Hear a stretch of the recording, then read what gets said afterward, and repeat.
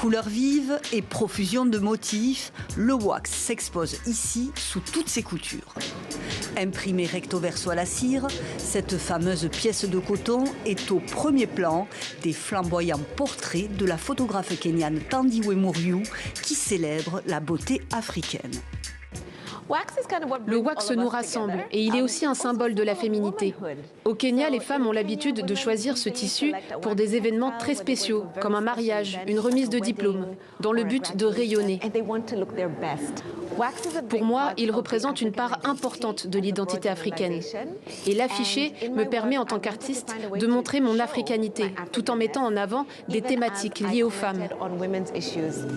Un emblème traditionnellement relié au continent africain qui a pourtant ses origines ailleurs, rattaché en effet à l'histoire coloniale.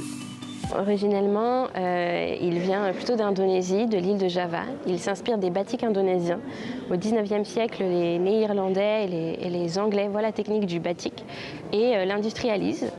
Fabriqué en série aux Pays-Bas pour le marché indonésien, c'est finalement en Afrique qu'il connaît le succès à la fin du XIXe siècle dans l'actuel Ghana.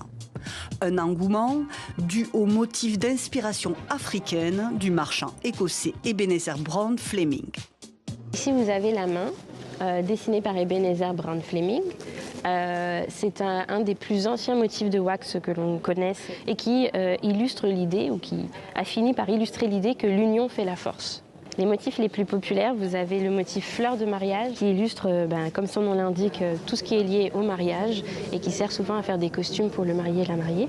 Il y a des motifs qui sont beaucoup plus contemporains parce que ces designs évoluent aussi au fil de l'actualité. Et donc par exemple, on va retrouver le motif le sac de Michelle Obama qui là fait référence à l'ancienne première dame des États-Unis. Mon mari capable ou l'œil de ma rivale, des motifs à message et des tissus rebaptisés par les Nana Benz du Togo, ingénieuses vendeuses et entrepreneuses ayant contribué à diffuser largement le wax dans les années 60.